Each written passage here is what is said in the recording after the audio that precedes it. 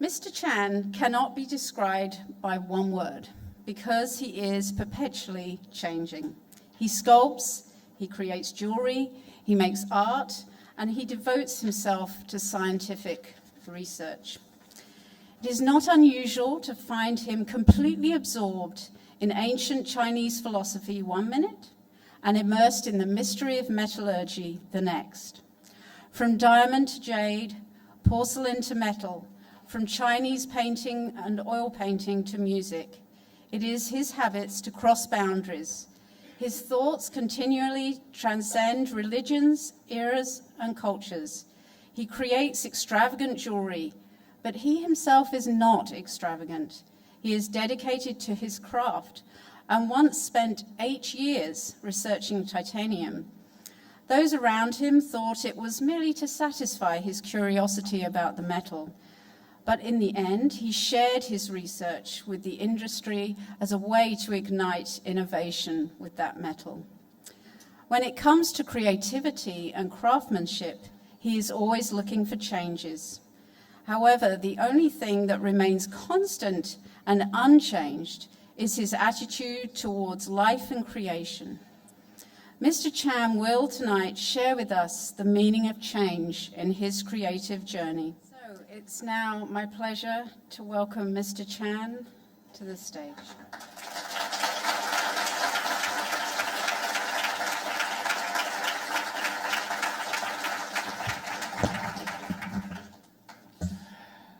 Thank you, Jane. Thank you very much for the warm introduction. This will be my very first time giving a speech in English, and I'm excited for you to hear it. I spent 2 months rehearsing over and over again, even rehearsing in my dreams.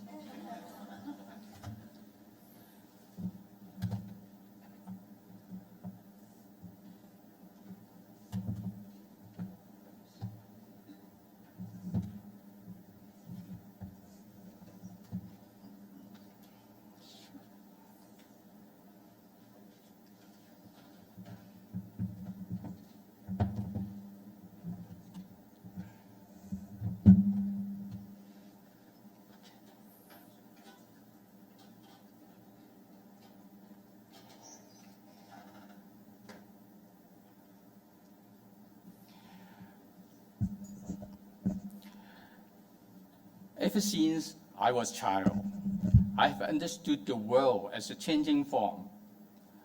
I see changing in the water, in the flowers, in the air, and in my everyday life. When I was 5 years old, I moved to Hong Kong with my parents. It was not a pleasant journey at all. Today, I can still recall the waves and winds that attacked my boat. We could not breathe hiding under the deck. It was overclouded. My father had to lift me and my siblings up close to the window, one after another, so each of us could take turn to breathe. That journey was the first big change I could remember. That change was so big that it changes my life. Upon arrival, we discovered that Hong Kong was not paradise. It was far from what we dreamed about that time. There were too many people and not enough jobs. Everyone was speaking Cantonese, a dialect that I couldn't understand. When I was 9 years old, my parents finally managed to find me a school. It was located on the rooftop of a building. On the ground level, there was a market. I was often hungry, and the classroom always noisy. I could not focus in class. My teachers became my bullies, punishing my outsider identity with their long rulers.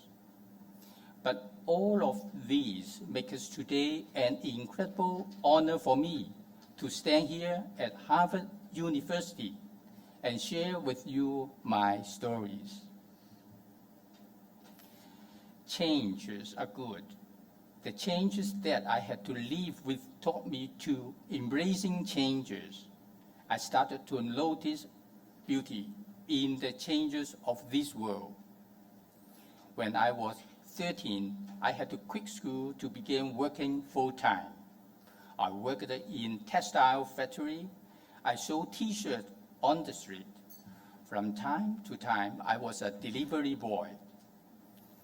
My uncle introduced me to work at a gemstone carving workshop when I was 16 years old. To survive, I needed a skill. And during the 70s, the gemstone carving industry was booming in Hong Kong. It was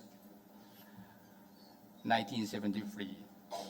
At the workshop, I was captivated by the changing pattern on the first piece of malachite I saw. It was beautiful and mysterious. I felt a sense of excitement in my heart, so much curiosity. How were these patterns formed? I followed the swirls and the colors. They led me into a dream. The stones were full of changes, but the workshop was not. After Nixon's visit to China, the factory got a lot of orders from the US for Chinese artifacts. The workshop owner was busy making cash. It was not about art, beauty, creation, or craftsmanship. It was simply production. Day after day, we repeat the same carving procedures. And after 9 months, I grew extremely tired of this life without changes. I left the workshop and my family was furious. I did not care so much though, for my world was big again. I begged my parents for a small loan, bought 2 pieces of malachite and a small machine. By my home's fire escape, I put up a folding table and 2 chairs and began carving on my own. The first decade of my creative journey was all about carving traditional Chinese motifs with opaque gemstones, like jade or malachite. Chinese legend and beliefs became my teachers. Through imitating the past, I built myself a foundation. But I knew that was not enough, and something was missing. I just didn't know what it was yet. I was in my 20s. Every day I passed by a bookshop with great curiosity. I never received a formal education, and so I was always curious about books, learning, and schools. Those people in the bookshop, they who bury their heads in books, they must be knowledgeable about everything. There must be so much that they knew and I didn't. I wanted to go in and become one of them, but I could not. How could I? I didn't even know the difference between N and M. But then I was too curious, and I pushed the door open. There was a sea of books, but something caught my eye. It was the letter M. I started flipping through it and found a whole new world. It was a book on Michelangelo's. I saw the muscles, the tension, the drama, the light and shadows. I saw movements and actions. That book gave my life a new chapter. I learned to notice light. I learned to play with it. This dialogue with light fascinates me because it is always changing. I start to explore the changes of light through transparent crystal bodies. In the early 80s, I first learned of the double exposure technique from a photography exhibition. I was amazed, and I started to wonder whether the same effects could be created on gemstones. My fascination for light kept rolling on like a giant snowball. I had known it long enough, but how could I capture it? By 1987, I invented the Wallace cut. I created a transparent three-dimensional carving. On the front, you can see 5 faces. In fact, I only carved one face at the back of the stone. The other 4 faces are reflections created through precise calculation and faceting. It is a 3-dimensional integral. It is a reversed thinking combined with reversed carving motion. I mean, right is left, and left is right. Deep is shadow, and shadow is deep. It took me 2.5 years to train and experiment with this carving technique. During these periods of time, I also spent 6 months in a factory working as an apprentice, so I could learn how to modify the tools, because the tools on the market could not satisfy my needs. At last, after many trials and errors, I thought of changing the dental drill into a carving tool, but something wasn't quite right. When the tool was drilling on the surface of the stone, it was spinning 36,000 times per minute. High heat was generated and damaged the stone. I had to change, not the tool, but my way of working. I began carving in water. With water swirling the stone, my eyes could not see the details, so I could only do it stroke by stroke.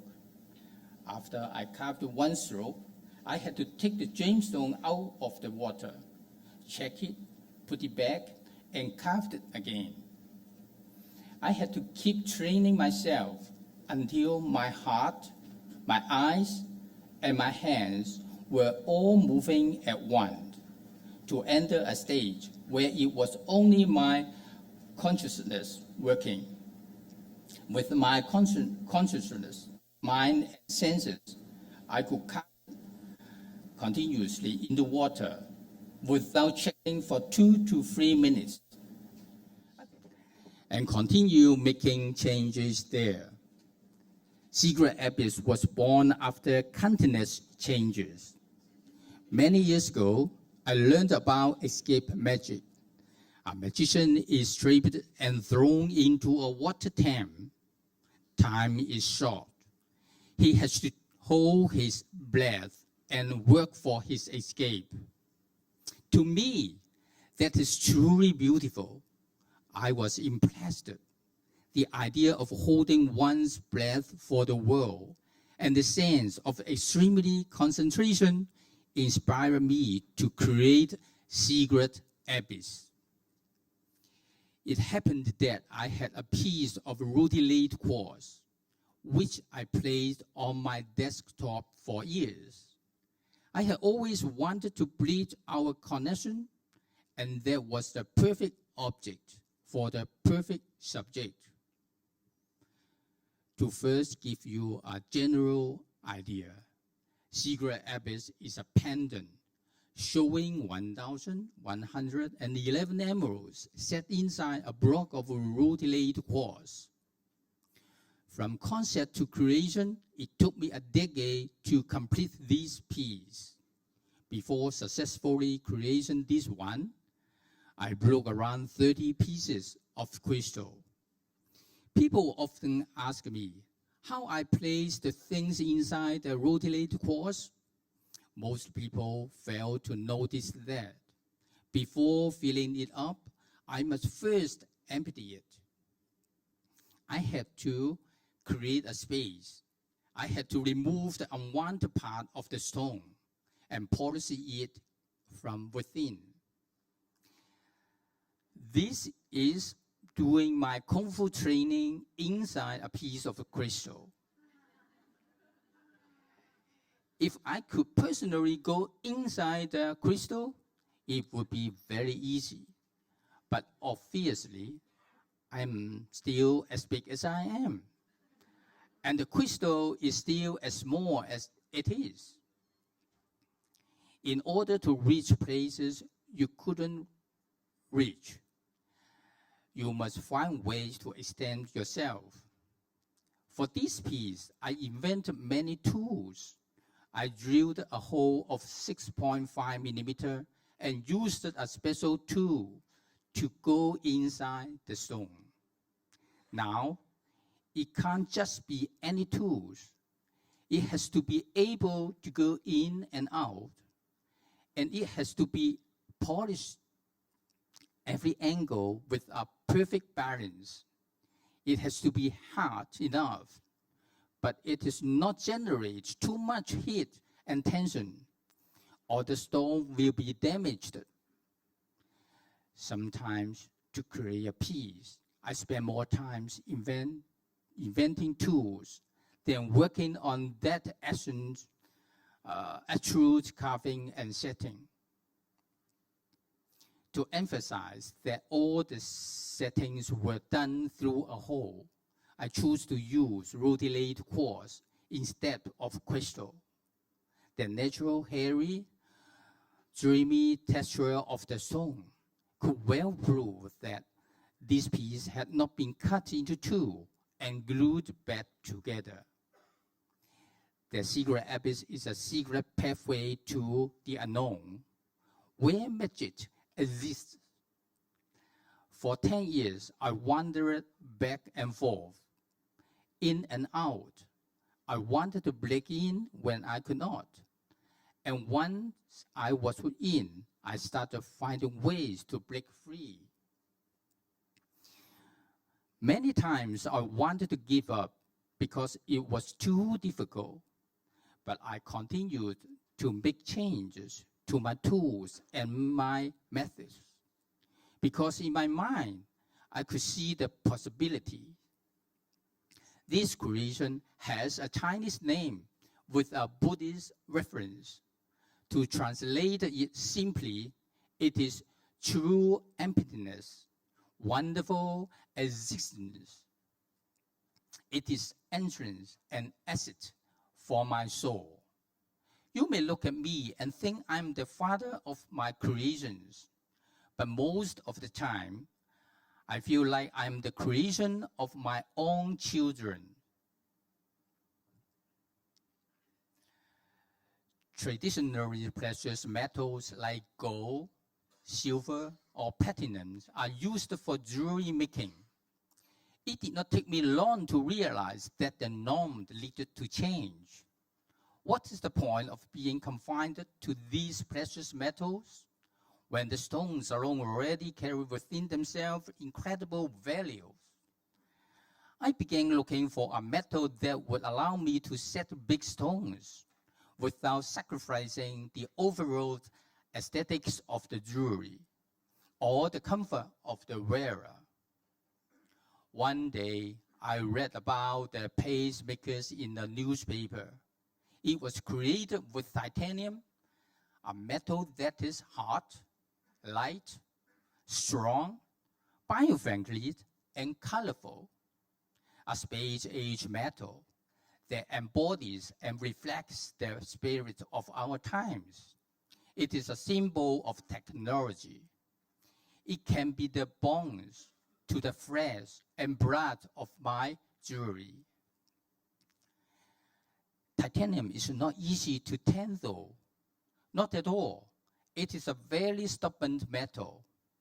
When you bend it, it bounces back.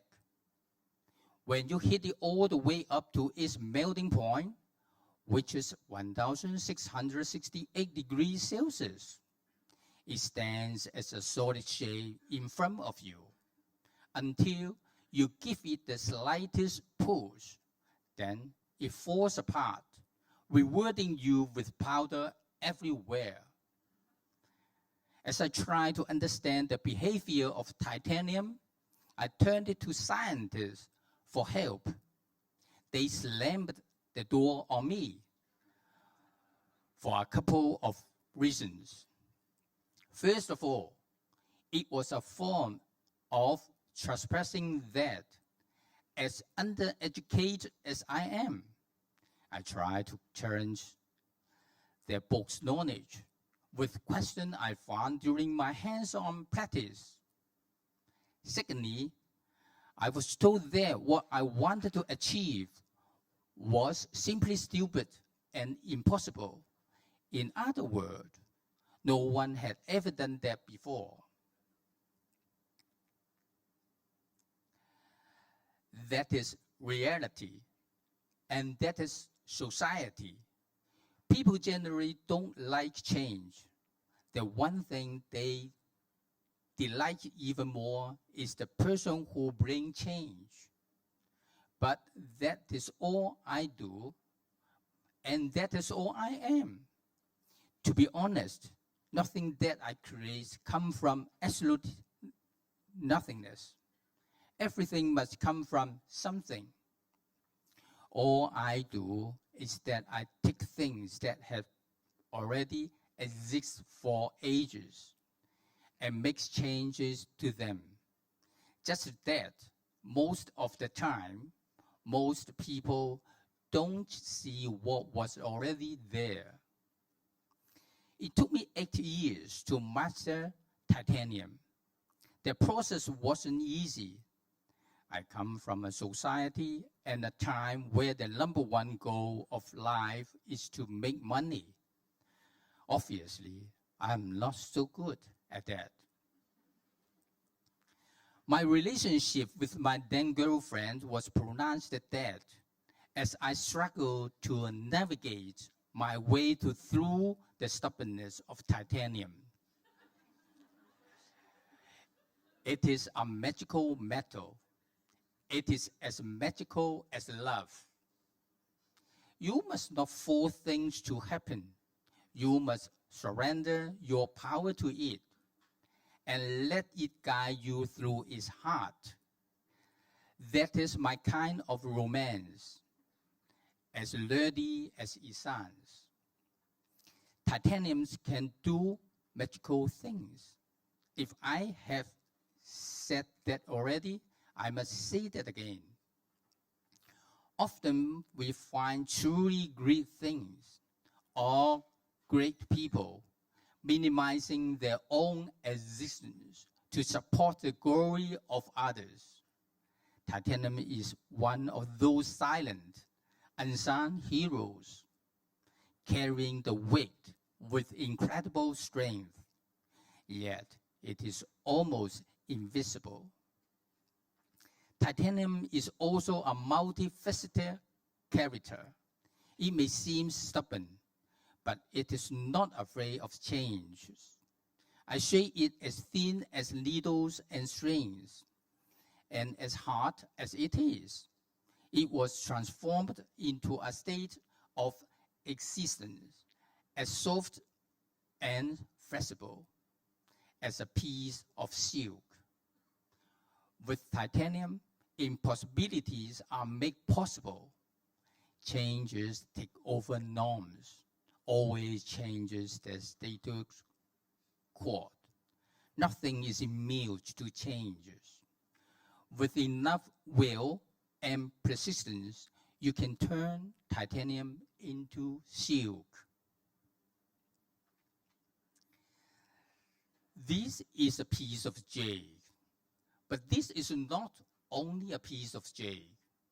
This is a material of weapon, a sacred, a religious object, a symbol of virtue, a token of love, power and wealth, an embodiment of Chinese ideals, a carrier of hybrid cultures, a teacher, and a gambler's dream. Today, I have brought with me a piece of raw jade. Let us examine it together. How will you cut it to bring out the best of it? If you look at this side of the jade, you see this green, so attractive, isn't it? It gives you a dream. You can make a capuchon out of it. Maybe let's flip it over and look at the other side. Look at this spot right here. This is exactly where a gambler's dream falls apart. The distance between success and failures is so close when it comes to jade cutting. Unlike diamond cutting, so far, there is still not a technology that can help you analyze the truth of jade. Each piece of jade carries a world of its own. To know how and where to cut, people get the knowledge, experiences, and courage, and spend a lot of time just looking at the stone. I have a friend who had kept a piece of jade for 20 years, and still he hasn't decided on the best way to cut it. The dream is still there. So he says, for a piece of raw jade to turn into these, it takes many dreams, many changes, and many years. On one of those repetitive workshop afternoons, 44 years ago, the carving master showed me a picture. On the picture was a jade skater. He told me to copy it. At that very moment, my young mind exploded with questions. Why? I mean, why? It was beyond ugly.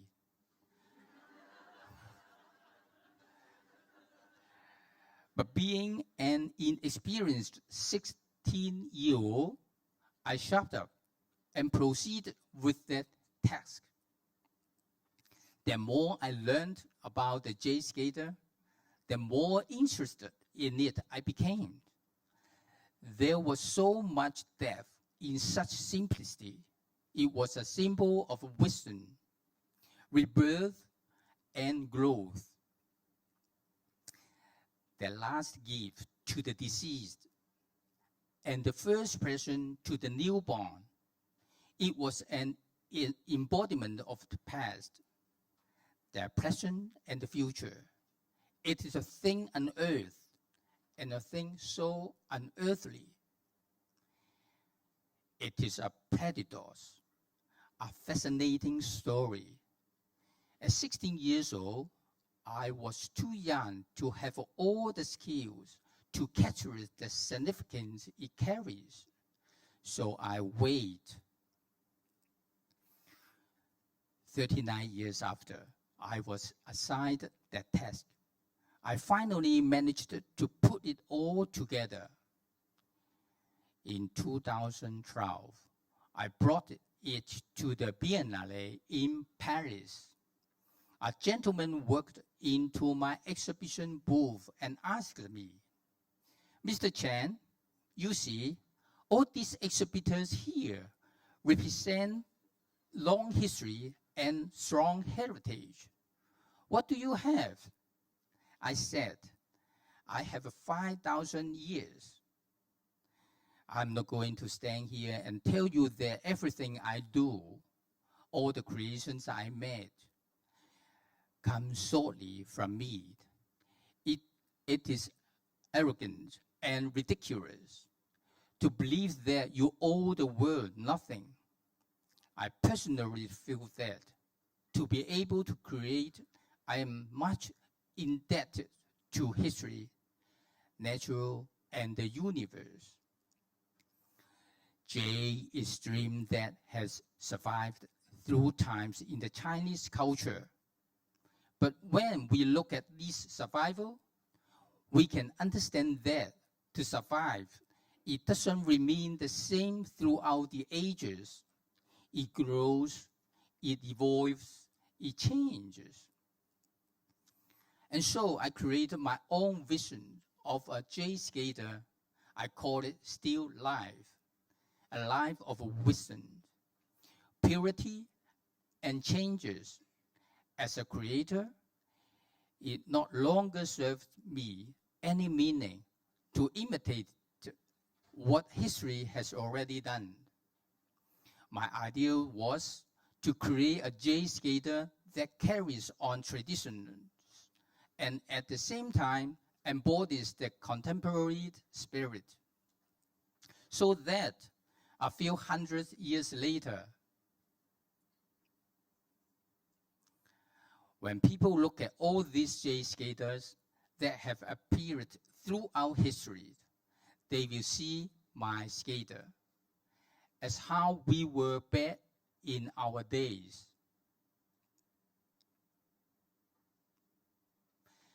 As our time here has quickly passed away, I would love to thank you for spending your precious time here with me today. I encourage each of you to start seeing changes, embracing changes, making changes, and eventually to be the changes that you most want to see in your world and in this world. Thank you.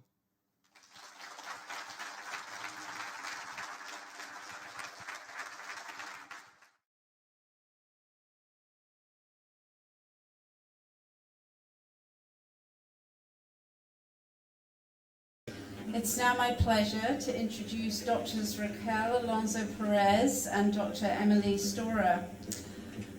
Dr. Storer is, as I mentioned, the Rita J. Kaplan and Susan B. Kaplan Curator of Jewelry at the Museum of Fine Arts. In that role, she works to develop exhibitions for the museum's jewelry gallery and add to their encyclopedic jewelry collection. Most recently, she curated the exhibit Past is Present, Revival Jewelry, which is on view at the MFA until August 2018, and I recommend you all go and see it if you haven't already. Dr. Raquel Alonso Perez is the curator of the Mineralogical and Geological Museum here at Harvard, and in this role she is responsible for access to, teaching, research, public education, and continued development of our world-class earth science collections at Harvard. Her teaching strengths are in optical mineralogy and gemology, and her main research interests are the geology and mineralogy of gem deposits. So please join me in welcoming Raquel, Emily, Mr. Chan, and his translator, Ms. Rosabelle Chung, to the stage. Thank you.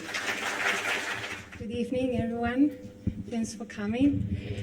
And I would like to start with a question with one of the main pieces that we have the pleasure to have on display today, and you can see on the side screen, Sea of Joy, that Wallace brought today for us. This is a unique piece that consists of a very rare selection of colored gemstones and also difficult pairings of working with gemstones. And there are many things that we could talk about this piece, but my eyes were always focusing on the fish eyes, and especially on the multi-layer and the many fine details of the eyes. So what can you tell us about the fish? 金鱼在中国来说呢，是一个吉祥的象征的那种代表，尤其是在新年的时候呢，传统上都会用金鱼作为莲花在挂的，因为象征着这个金呢年年都有余。但是这个鱼的眼睛呢，我是特别的注重，因为人的眼睛是五层组成的。在中国传统来说呢，就看眼睛就可以判断这个人的身体的状态，因为眼睛的五层代表着金木水火土，也象征着显示在我们身体里面的金刚脾肺肾的那种状态。那所以这个鱼呢的眼睛呢，我也用5层的宝石呢来展现，包括 opal 啊，还有黄色的水晶啊，还有这个黑色的玛瑙啊，青金石呢，这5层呢去展出它的灵动。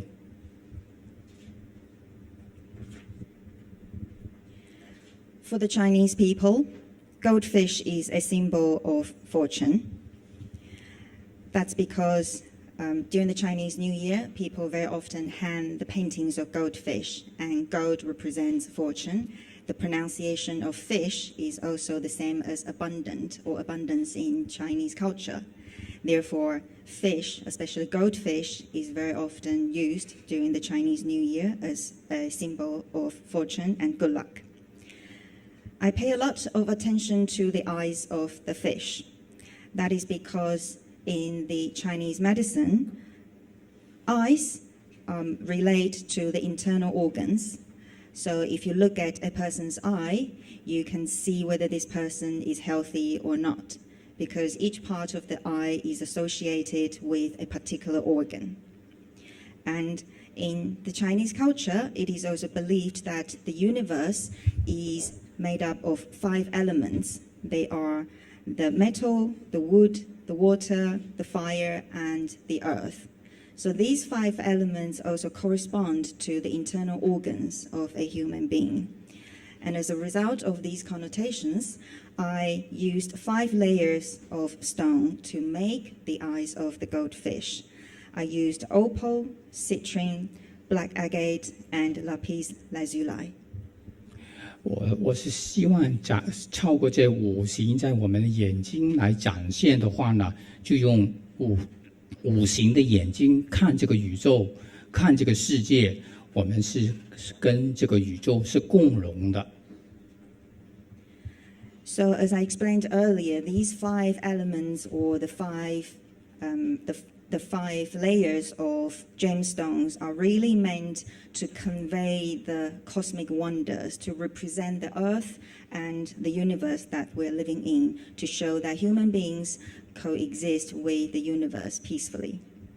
那刚才呢，也有人问我这个鱼的尾巴呢，真的不是这样，但是你为什么这样做呢？这个就是我在创作的时候，我看见鱼的静态。但是我走过去要看它的时候呢，它就吓了一跳，就马上跳起来。我就抓住那一刹那的，它在水里避开那个受惊的那种状态，我就捉摸到它的尾巴是跟水是混在一起，就把这个尾巴跟水到藏不清的状态下，我就把那一刹那呢抓住。Earlier, people asked me why I made the tail of the fish like that, because it's not like what we normally see in fish. And that's actually from my observation of fish. I remember I was approaching the fish tank. I wanted to take a closer look at the fish, but somehow the fish was startled, so he started to swim away. So it's right at that moment I noticed that the fish tail was kind of moving in a slightly different way. So I captured that moment and showed that in the creation. 所以创作的时候呢，灵感呢，很多时候都是不经意的、刹那间的被吓一跳，或者说非常超然的一种状态下呢，呈现的。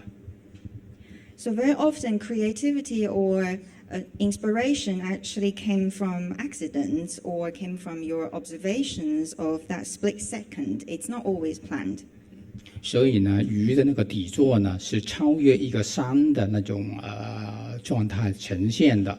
那就是我们在受惊的或者在一种超然的状态呢，我们其实我们的灵魂、我们的感觉呢，已经超越了这个本身的身体的存在。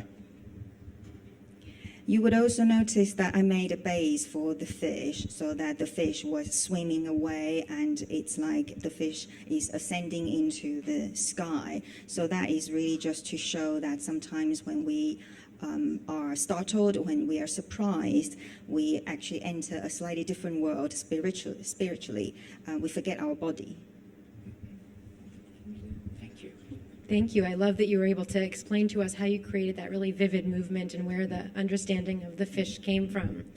I'm going to talk now with a question about this ring that just came up on the screen called My Dreams. It's fascinating in the way that you've set these vivid gemstones, including rubellite, aquamarine, lapis lazuli, and pink sapphires. Setting such a wide variety of stones and types and colors that makes this ring particularly interesting. So I wonder, can you tell us a little bit about what you're trying to express by juxtaposing these translucent and opaque gems together in this one ring? 这种创意呢，我是觉得从小已经累积在我们的那个基因里面，或者说记忆里面。但是这些记忆呢，是慢慢忘记淡化。但是忘记不代表它失踪了，它还存在，只是在某一个刹那的时候呢，这些记忆呢会重叠的、扭曲的，从你的脑海里面呢跳出来的。I would say that the inspiration actually came around a long time ago. The inspiration probably came from one of my old-time memories. It's probably in me or in my genes for a long time. Very often we make observations, but then we forget about them. But the fact that we forget about them doesn't mean they're not there in our mind. In the future, sometimes when you come across something, your memory gets triggered, and then the different layers of memory actually get overlapped or get twisted, and then together they give you inspiration. 当我当学徒的时候呢，那个做雕刻的那个材料呢，因为工具切割不理想，所以底呢总是不平的。我在那边呢总是用砂纸去磨，但是那个砂纸呢是四方的，它必须呢要在四边呢连上那个胶纸。那种感觉呢，就是我在磨石头的时候，总是在想，我是在磨什么呢？是磨砂纸还是磨石头？但是这个石头我磨的是花瓶、花鸟，还是其他的形象？一边磨一边都会在这样的想法。When I was working as an apprentice back in those days, the jewelry tools were not very good, so we couldn't really make very sharp cuts. As a result, very often I had to use sandpaper to polish the stones. However, because sandpaper moved around on the desk, I had to sellotape the sandpaper and then use the sandpaper to polish the stone. But when I was polishing the stone, very often I was wondering whether I was actually polishing the sandpaper or it was the stone that I was polishing. And then I also thought about the shape of the stone that I would eventually end up with, whether it's in the shape of a vase or in the shape of something else. 后来我开始学习宝石切割跟宝石打磨、钻石切割的时候呢，那个光跟色彩呢，往往呢跟我们的意愿是不同的去走动的。所以我在磨的时候，常常就觉得我是磨我的经验，还是要磨出它的光彩，还是要磨出它的色彩。在这个时候呢，我对蒙之音的那种画呢，非常的着迷，因为它跟我的成长呢有很相样的一种想法。And I remember that after that, I started learning about gemstone cutting, gemstone polishing, or even diamond cutting. I was learning about how to bring the colors and the light out of the gemstone. And at the very beginning, I couldn't really quite figure out where the light was traveling through or how to bring out the best color. And very often, the direction of the light and the way the colors were representing themselves couldn't really be controlled at the very beginning. So in that process, I was very often wondering whether I was actually working on my experience, polishing my experience, or it was the colors that I was trying to bring out, or whether it was the light that I was trying to work on. And also at that moment, I learned about Mondrian's paintings. I was very much inspired by his color palettes. I also found that his past experiences, especially his childhood and mine, had a lot in common. 这个戒指呢，可以看到透明的色彩，还有不透明的宝石，这个就显出不透明的话，我们看不在里面；透明的我可以穿透，这个就有跟无里面呢，就做出一种一种强烈的一种对比，显出在没有里面练习存在，在存在里面呢练习呢，没有存在的状态。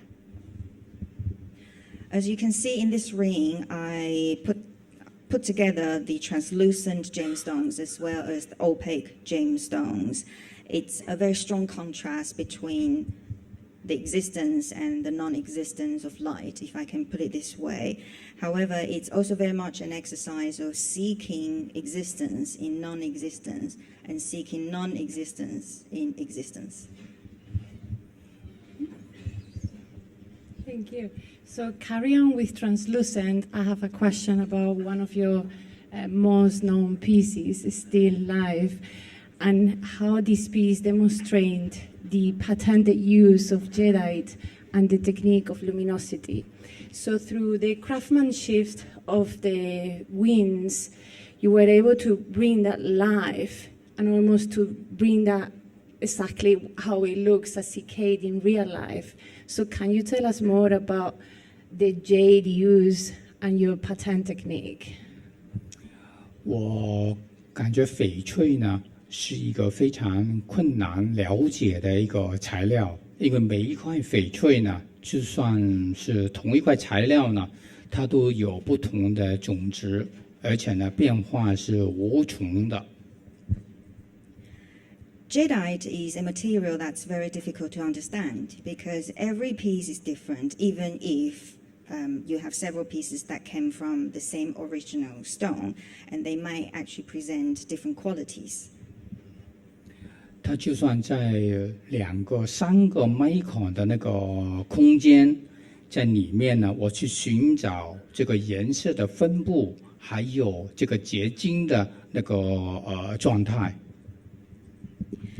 Very often you have to look at a very small space on a piece of jade, for example 2 to 3 micromillimeters, in order to really identify the color distribution and the crystal structure within the jadeite.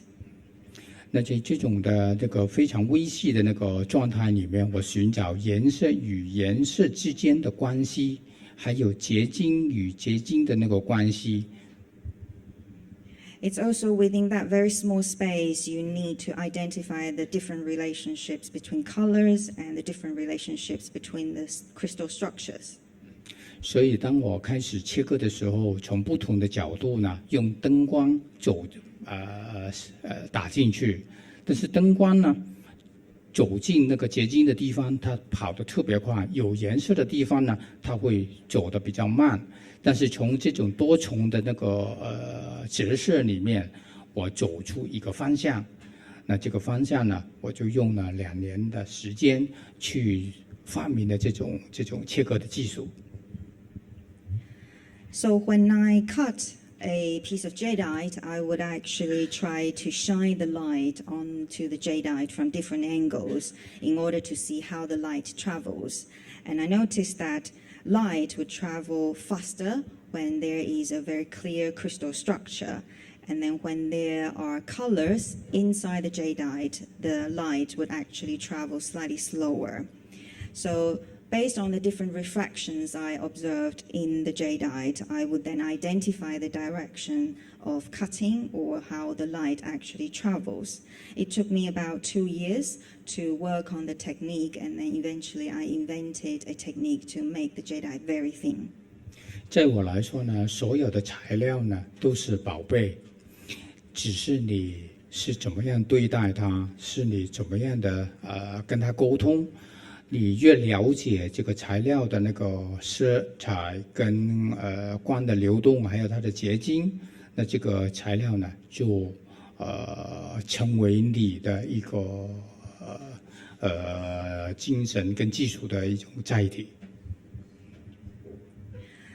And I actually treat all materials as precious materials, and every single piece of stone can be very precious. It can be a treasure, depending on how you treat it and then how you communicate with the stone.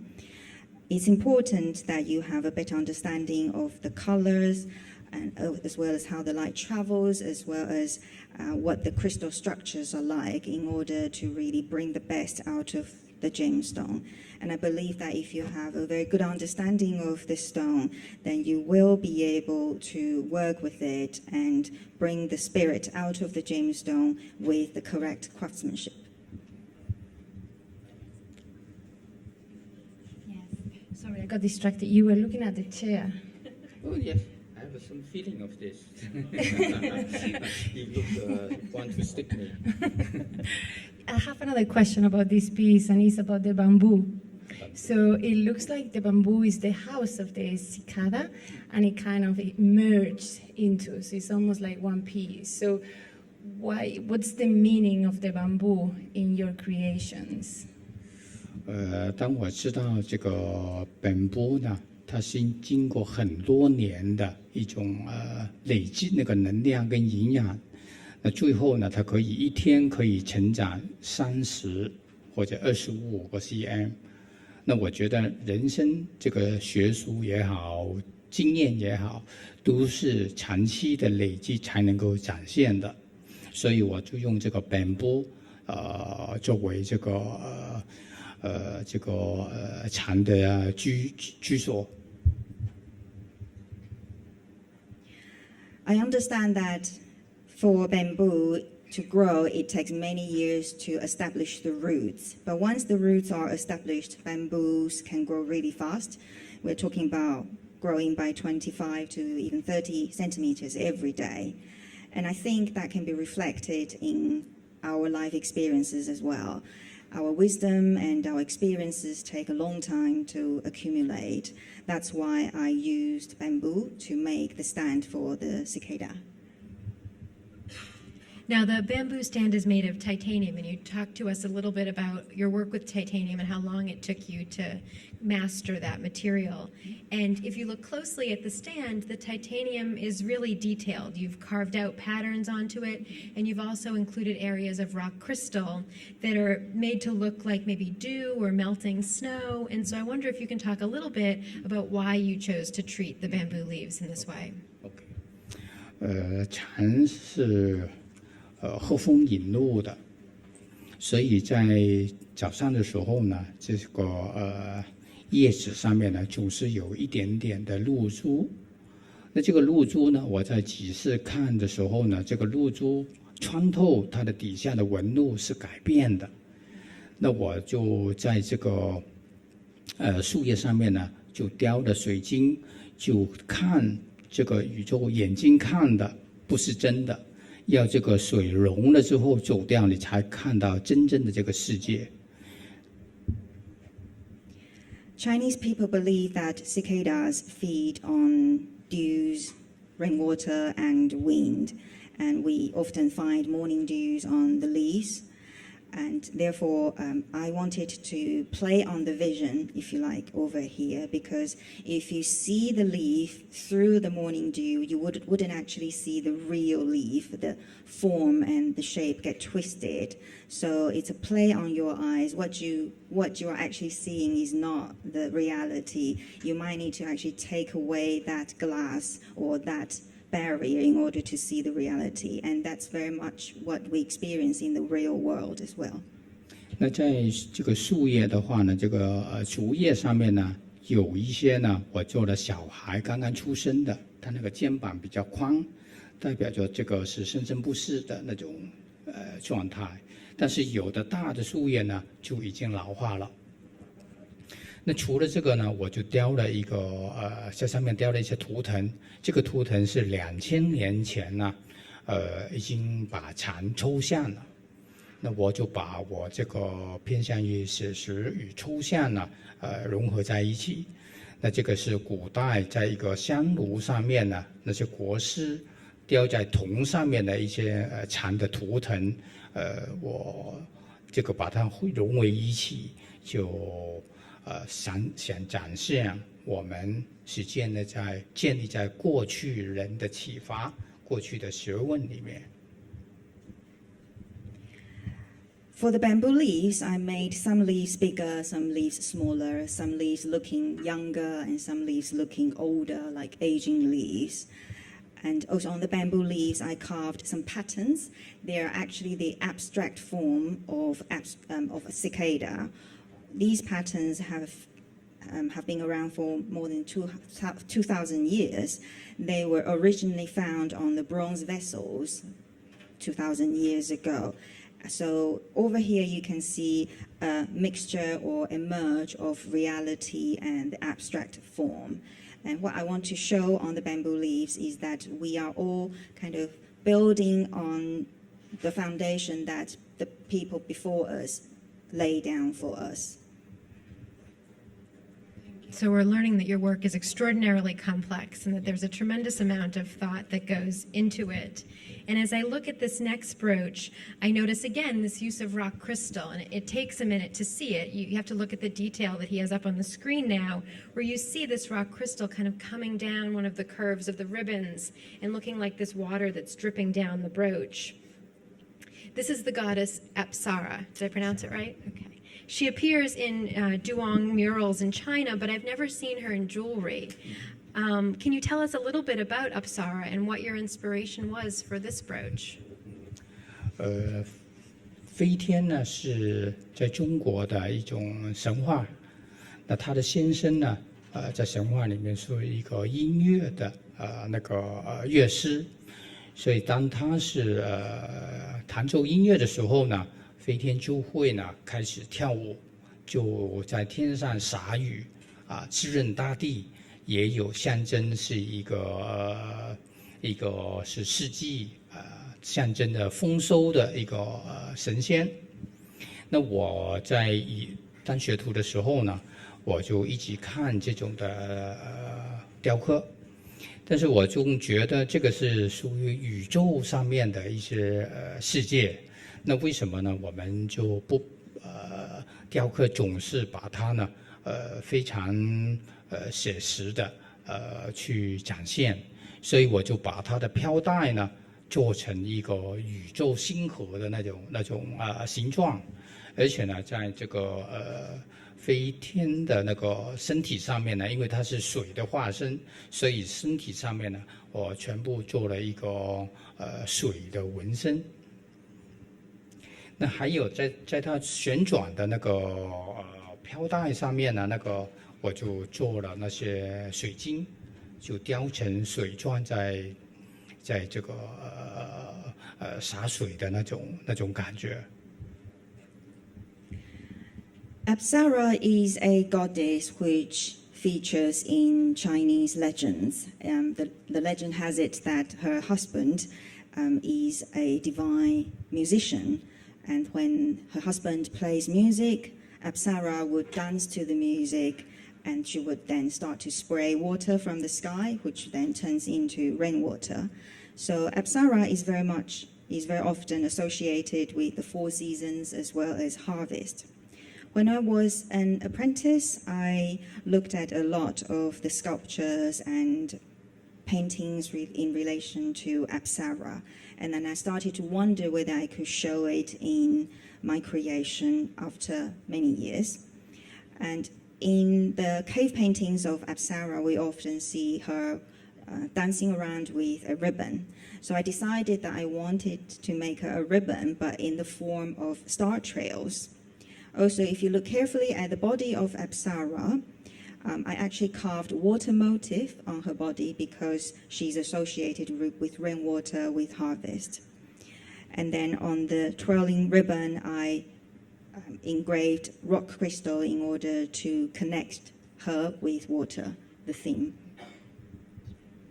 Thank you. Before we take questions from the audience, I have one more question for Mr. Chan. It's clear from listening to you that there's a spiritual element to your work. Maybe this isn't surprising since I understand you spent some time as a Buddhist monk which maybe doesn't surprise us. When I think about your work, butterflies come to mind. And so we've got a great butterfly up on the screen now. And to me, this idea of metamorphosis, the caterpillar changing into the butterfly, seems symbolic of the spiritual awakening. So can you talk a little bit about what the butterfly means to you? 小时候呢，看见色彩会飞的，不知道是蝴蝶，只知道这个色彩在飞。那年纪大一点的时候，大概是2岁，看了一个爱情故事《连珠》，才知道蝴蝶是一个爱情的永恒的爱情的象征。那到了年纪更大一点呢，就看了知道中国的哲学家庄周梦蝶。那到了现在呢，我还是去创作这个蝴蝶。我现在的蝴蝶呢，是觉得我展现的是声音的存在，还有空气流动的这个存在。那看到这个作品，因为蝴蝶在飞的时候呢，大家没有听到声音啊，但是呢，它是存在的，看不到气流。其实它在飞的时候就会制造气流。那我展现觉得这个已经很多东西都存在，只是我们还没有去发现。When I was very, very young, when I was a young boy, I saw butterflies flying around, but I didn't know they were butterflies because to me, they were colors flying in the sky. And then when I grew a bit older at 12, I learned about the Chinese version of Romeo and Juliet, 梁祝. Then I realized that butterflies are actually a symbol of internal love. I was very much touched. And then when I grew even older, I learned about the philosophical thinking of a Chinese philosopher, Zhuangzi. He once had a dream about butterflies. And now I work with butterflies as a theme very often. And when I create butterflies, I try to really convey the sound waves and the air waves that we couldn't see but actually exist. Because when butterflies flap their wings, they create sound waves and air waves.